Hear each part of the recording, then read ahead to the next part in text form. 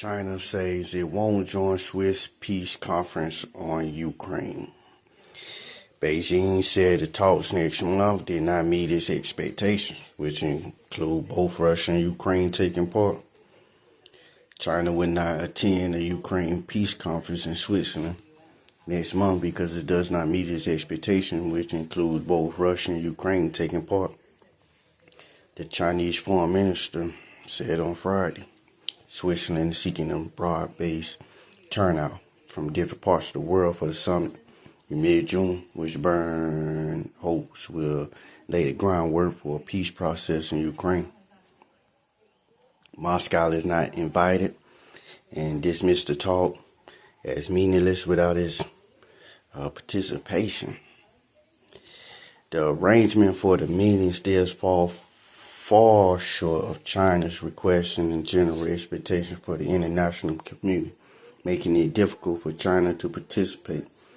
Chinese Foreign Ministry spokesperson Mao Ning said at a routine briefing, China has always insisted that the international peace conference should be endorsed by both Russia and Ukraine with the equal participation of all parties, and that all peace proposals should be discussed in a fair and equal manner. Otherwise, it will be difficult for it to play a substantial role in restoring peace.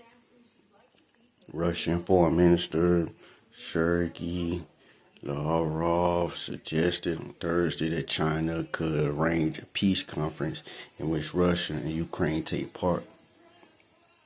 During a visit to China this month, Russian President Vladimir Putin said Ukraine may use the Swiss talks to try to get a broader group of countries to back Ukrainian President Vladimir Zelensky's demand for a total Russian withdrawal.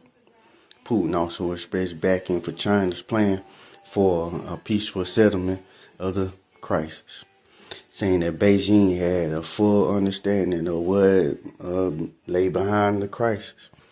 Russia and China proclaimed no limits relationship just days before Moscow launched its invasion of Ukraine in February 2022.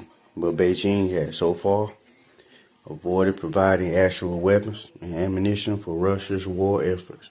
Beijing put forward a 12-point power more than a year ago that set out general principles for ending the war, but did not get into the specifics. More recently, China and Brazil signed a joint statement calling for Russia-Ukraine peace talks last week.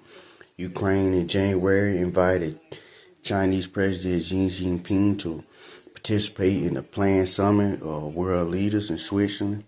Zelensky this week urged President Joe Biden to attend, but Washington has not confirmed who it will send. China's ambassador to Switzerland said in March that Beijing would consider taking part in the conference. Chinese representative attended one preparatory meeting for the summit last summer in Jeddah, Saudi Arabia. Chinese Special Envoy of Eurasian Affairs Li Hu has carried out 3 rounds of scheduled democracy between various European and Middle Eastern countries, Ukraine, Russia, since the invasion began.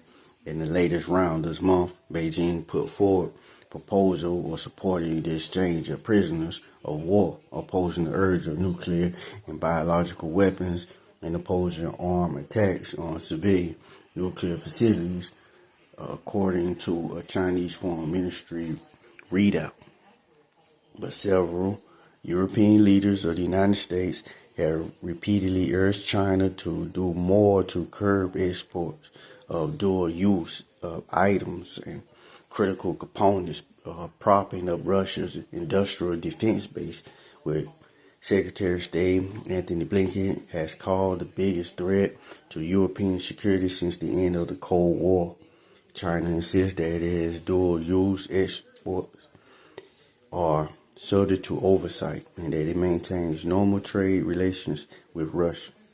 The Ukrainian, Russian, Swiss embassies did not immediately respond to requests for comment. Switzerland was seeking to persuade more global South countries as well as China to attend the conference.